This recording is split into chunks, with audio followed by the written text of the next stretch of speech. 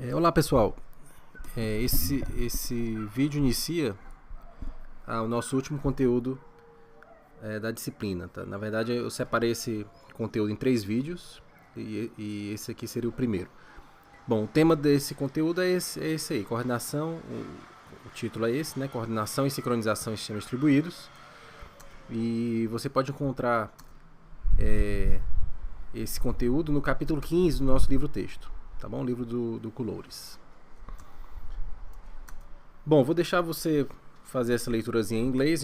Na sala de aula, a gente repete essa leitura. E basicamente ela se refere ao primeiro parágrafo do capítulo, né, que trata sobre as motivações desse conteúdo que a gente vai estudar agora. Bom, na verdade a gente vai estudar dois grandes algoritmos. O primeiro deles chamado de exclusão mútua distribuída mais propriamente, e o outro que são os algoritmos de eleição. Esse tema intermediário e relógio lógico, ele serve para embasar o segundo algoritmo, o segundo grupo de algoritmos, que são os algoritmos de eleição. Tá? Mas os algoritmos mesmo que a gente vai ver são dois: algoritmos de exclusão mútua e algoritmos de eleição. Bom, então vamos primeiro tratar sobre esse tema conhecido como exclusão mútua distribuída. Esse conceito de exclusão mútua já é um conceito que você conhece lá da disciplina de sistemas operacionais, né? E um exemplo assim, clássico de como é que se aplica a exclusão mútua é esse que eu mostro aqui no slide, né? Então, considera que você tem aqui um arquivo, e esse arquivo ele precisa ser acessado por diversos processos, diversos programas. Então, numa situação como essa, o que é que se deve fazer quando mais de um arquivo, mais de um processo ou mais de um programa precisa acessar o mesmo arquivo? Você vê que, por exemplo, quando você está usando lá o Word, né, e alguém já tem esse mesmo arquivo aberto na rede, você vê que o Word já não deixa você editar o arquivo, né? Então esse seria o comportamento do Word. Então, de maneira geral, é uma situação semelhante. Bom, então nesse conceito aí de exclusão mútua, esse arquivo ele é conhecido como região crítica. Então a região crítica é exatamente isso, é um recurso que ele é compartilhado por diversos processos e, de certa forma, somente um processo pode usar o recurso por vez. Bom, então assim como acontece aqui com o arquivo, você pode pensar, por exemplo, de repente numa impressora, né, que precisa ser usada por diversos computadores e, naturalmente, que ela só pode ser usada por um computador por vez, né? Então, como esses exemplos, existem alguns outros. Bom, o que a gente pode levantar agora são algumas hipóteses. Então, em situações como essa, o que é desejável que aconteça? Então, primeira coisa, somente um processo, né, somente dos processos que deseja entrar na região crítica pode entrar na região crítica por vez, né? Então, somente um por vez. Ou seja, no caso do exemplo do arquivo, você não pode ter dois processos editando o arquivo de uma vez. Bom, todo processo que deseja entrar ou sair da região crítica consegue fazê-lo em algum momento.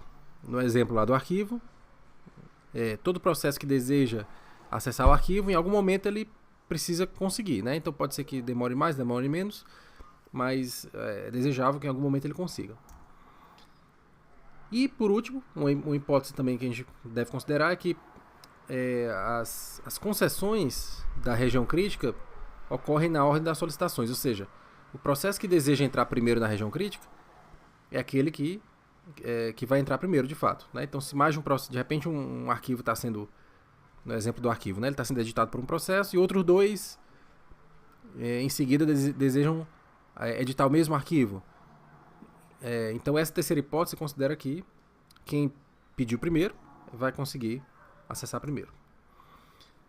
Bom, o cenário que nos interessa aqui é o cenário em que esse recurso da região crítica é o recurso que está compartilhado numa rede, né, e num ambiente distribuído, de maneira que é necessário que exista um algoritmo capaz de tratar essa situação, né? Então, no exemplo, mais uma vez, o exemplo do arquivo. O arquivo está disponível, de repente, no computador, na rede, e outros computadores desejam acessar esse arquivo. Então, de que maneira a gente pode propor soluções para que para gerenciar essa situação, né? Então, o que a gente vai estudar aqui são 3 algoritmos que propõem soluções para o mesmo problema, para esse mesmo problema. Então, um algoritmo chamado de centralizado, outro algoritmo que é o algoritmo em anel, e o outro que a gente chama de algoritmo distribuído. Bom, vou deixar essa questãozinha aí para você fazer, e lá na sala de aula a gente faz juntos aí, lá na aula ativa. Bom, então vamos conhecer primeiro o algoritmo centralizado, que ele, de certa forma, ele é um algoritmo mais simples, né, em termos de funcionamento. Então essa figura ela ilustra exatamente a situação em que você tem um recurso a ser utilizado pelos processos. Os processos são essas bolinhas amarelas, né? P1, P2, P3 e P4. São os 4 processos e eles desejam entrar na região crítica, ou seja, acessar um recurso compartilhado. E existe um servidor que é um processo central, né? Ele é um coordenador que vai exatamente conceder ou não o direito de usar a região crítica para cada um dos processos que desejam usar a região crítica. Nesses algoritmos a gente usa muito o conceito de token. O token nada mais é do que uma abstração para representar a concessão do direito de entrar na região crítica. Então todo processo que para entrar na região crítica, ele precisa estar segurando um token, né, digamos assim. Né? Então na prática esse token pode ser de repente um código ou uma senha. Mas enfim, a ideia do token é que ele seja exatamente a concessão do direito de usar a região crítica. Bom, então o cenário que eu ilustro aqui nessa figura é o seguinte: o processo P1 deseja entrar na região crítica, então ele solicita o token para o coordenador, e se naquele momento não tiver ninguém usando a região, ninguém com o token, né, ou seja, lá na região crítica, o coordenador imediatamente envia o token para o processo P1, que é exatamente o que está acontecendo aqui na figura, né? Então o P1 pediu, o coordenador ele devolveu, ele enviou o token para o P1. O P1 entra aqui na região crítica, fica durante um tempo na região crítica, e nesse meio tempo, enquanto ele está na região crítica, o que acontece é que os processos P4 e P3 também desejam entrar na região crítica. Então note que nesse caso o coordenador não está com o token, né? O coordenador já cedeu o token para o P1, então o P4 entra numa fila de espera. Logo em seguida o P3 também entra na fila de espera. Veja que o P4 entrou primeiro, depois entrou o P3. Quando o P1 liberar o token, né, ele devolve o token para o coordenador vai e entrega o token para o próximo da fila, no caso o processo 4. Né? Então é um algoritmo relativamente simples e você percebe que quem controla toda essa questão de conceder o token é exatamente o coordenador, né? Por isso que a gente chama esse algoritmo de algoritmo centralizado, porque ele está centralizado, as decisões estão centralizadas no coordenador. Bom, existem, entretanto, apesar de ser um algoritmo simples, existem, entretanto, alguns problemas que ele pode, eventualmente, ter que lidar. O primeiro deles é se eventualmente ocorrer uma falha no coordenador. Né? Você vê que o coordenador desempenha um papel importante, papel principal, né, do algoritmo, e todo algoritmo distribuído tem que estar preparado para eventuais falhas. Então, o que pode ser feito caso o coordenador falhe? Bom, necessariamente é preciso que um novo coordenador assuma o papel de coordenador, né? Um novo processo assuma o papel de coordenador. Então, uma das coisas que pode ser feita é que um dos demais processos assim, pode assumir esse papel. Em situações como essa, você pode fazer o que a gente chama de eleição. Eleição, por acaso, é um algoritmo, é o último algoritmo que a gente vai estudar, o último grupo de algoritmos que a gente vai estudar nesse capítulo, né, que você vê que já pode ser aplicada nessa situação. Como o próprio nome sugere, é exatamente um processo em que alguém tem que ser escolhido para alguma coisa. Nesse caso, no caso da falha do coordenador, o novo processo é escolhido para assumir o papel de coordenador. Bom, se um dos clientes falhar e um dos clientes que solicitou o token falhar, né? Então um deles de repente não está com o token ainda, mas falha. Então o que pode ser feito? Então na hora que o token chega no coordenador e o coordenador decide enviar o token para esse cliente, ele pode testar o cliente antes, né? Então mandar uma mensagenzinha para saber se o cliente está vivo. Se ele responder, então o coordenador envia o token para ele. Bom, o outro problema que pode acontecer é um problema, uma falha no próprio processo que tem o token, né, que possui o token. Então, nesse caso, você pode fazer algo semelhante. Se eventualmente esse processo demorar muito com o token, o coordenador pode suspeitar de alguma falha e testar esse processo, né? Então, de tempos em tempos, ele faz esse teste. No momento que o processo não responder, ele é considerado falho e o coordenador toma de volta o token e passa para o próximo processo que deseja usar o token. Tá bom? Então, para encerrar esse algoritmo, a gente deixa essa questãozinha para você resolver. Então, veja qual a solução, o item que você acha verdadeiro, e na aula a gente discute e resolve lá. Bom, o próximo algoritmo, que resolve o mesmo problema, que é o problema de acesso à região crítica, é o algoritmo em anel. Então, nesse algoritmo, não existe um processo coordenador, ou seja, a decisão de enviar o token para quem deseja utilizar ou entrar na região crítica não é tomada pelo coordenador. Então, na verdade, os próprios processos envolvidos é que conseguem, de alguma forma, tomar essa decisão. Então, a forma como eles utilizam para tomar decisão é exatamente através dessa ideia de organização em anel. Então, nesse modelo de organização, então você percebe que os processos é como se eles estivessem formando um círculo e a ideia é que cada processo, para enviar alguma coisa, quando deseja enviar alguma coisa para os demais, na verdade ele envia para o seu vizinho do círculo. Tá bom? Então, os processos eles se organizam logicamente na forma de um círculo e o envio do token, no caso do token, ele é feito através desse círculo. Veja que esse é um desenho lógico, né? Não é um desenho físico. O arranjo físico pode ser qualquer um. Na verdade, fisicamente, esses processos podem estar distribuídos de qualquer maneira. Agora, logicamente, ou seja, da maneira, a forma como eles vão enviar mensagens um para o outro, atendem a essa organização lógica que é na forma de um círculo. Isso quer dizer que se o processo, quando o processo P0 enviar algo, quiser enviar tiver o token, quiser enviar o token para o próximo terá que ser o P1. Bom, já entrando aqui na lógica do algoritmo, é exatamente assim que o token ele é concedido para os processos. Então, na verdade, inicialmente esse token ele começa a partir do processo P0, né? Ele surge a partir do processo P0. Se o processo P0 quiser entrar na região crítica, ele fica com o token. Se não, ele passa adiante. No caso, ele passa para o P1. E aí o token ele vai sendo vai rodando aqui por esse círculo, né, por esse anel. E quem quiser realmente ficar com o token para poder entrar na região crítica, na hora espera a sua vez, espera o token chegar espera o token chegar e aí usa a região crítica. Tá bom? Então essa próxima figurinha ilustra isso que eu acabei de dizer, tá? Então um processo ele está com o token, processo PK-1 está com o token, passa para o próximo, que é o PK. Esse PK, se ele quiser entrar na região crítica, então entra na região crítica, né, fica lá o tempo necessário e depois, quando ele liberar a região crítica, ele passa o token para o próximo, que é o K+1. Se o processo não quiser ficar com o token, não quiser entrar na região crítica, ele simplesmente passa o token adiante.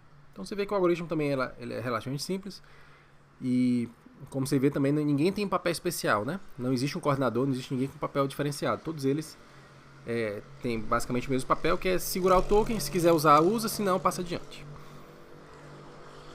Bom, como o primeiro algoritmo, esse aqui também eventualmente pode ter problemas.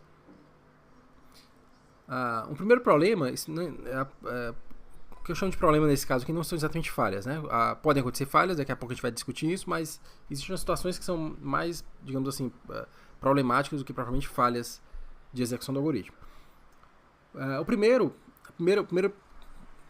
problema é o fato de que o token ele não é obtido necessariamente na ordem da solicitação. Então, se você perceber, um processo que deseja utilizar o token, ele precisa esperar que o token chegue até ele, né? De repente ele acabou de passar o token e naquele momento ele deseja, assim que ele passou, ele deseja ter o token, né? Então ele vai ter que esperar até chegar na vez dele de novo.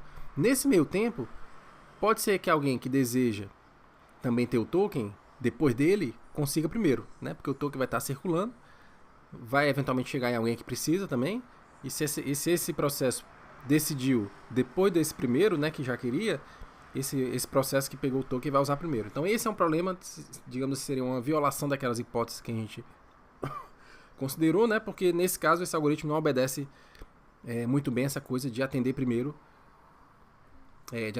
quem desejou ter o token primeiro, né? Então, na pior das hipóteses,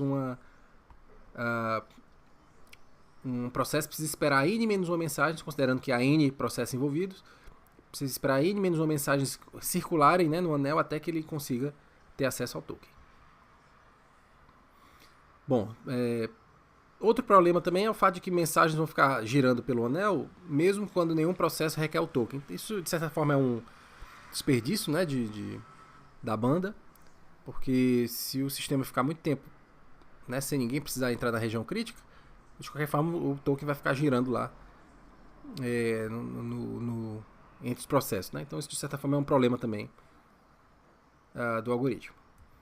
Bom, em relação às falhas, a gente pode considerar pelo menos dois tipos de falhas. Então, o primeiro imagine que o processo que não tem um dos processos que não tem um token, ele falha. Então, como é que a gente pode contornar a situação? O maior problema é o momento em que o token chegar até ele, né? Então, como ele está falho, ele não vai conseguir receber. Então, uma maneira de lidar com isso é fazer esse procedimento aqui, ó. O recebimento de um token pode ser seguido de uma confirmação. Se o processo não confirma, uma reconfiguração remove o processo e a circulação é retomada, né? Então, no caso, quando o processo precisa estar com um token e quer passar adiante, primeiro ele testa se esse processo que vai receber tá vivo, né? Se não estiver vivo, esse processo ele é excluído do anel e aí o próximo assume o lugar dele, né? Então essa seria uma maneira de tratar essa falha. Outro problema é o processo com o token falha. Bom, nesse caso, o que pode ocorrer é que é difícil identificar quem foi o último. Assim, como o algoritmo é completamente distribuído, né? Você não sabe exatamente quem foi o último processo que funcionou e que mandou o token para o processo que falhou, né? Então, a situação que eu estou imaginando é a seguinte: o processo está com o token, passa adiante. Então, na hora que ele passa adiante, esse outro recebe o token, mas em algum momento ele falha. Ou seja, ele não é capaz de passar o token adiante. Ninguém, na verdade, dentre os que estão vivos, sabem exatamente quem foi o último processo. Porque, em teoria, esse último processo é que deveria retomar o token e seguir adiante, né? Então, o que pode ser feito nesse caso é, de tempos em tempos, quando há uma demora excessiva do token chegar, né? Então, de tempos em tempos, os processos eles podem testar o seu próximo, né? Testar o próximo processo, e se um deles identificar que houve falha, que o próximo, né, falhou, ele pode iniciar um novo processo de geração de token, e isso aí pode ser feito através de uma eleição também, né? E aí o token volta a circular no anel. Tá bom? Então, para fechar esse algoritmo, mais uma questãozinha aí, questão 5. E aí, com isso, a gente encerra esse vídeo. Eu vou falar sobre o próximo algoritmo, que é o algoritmo distribuído no próximo vídeo, que ele é um pouquinho maior. Então, para não ficar esse vídeo aqui não ficar muito longo, eu vou dar uma paradinha aqui e aí você, em seguida, pode passar para o próximo vídeo para conhecer esse último algoritmo de exclusão mútua distribuída.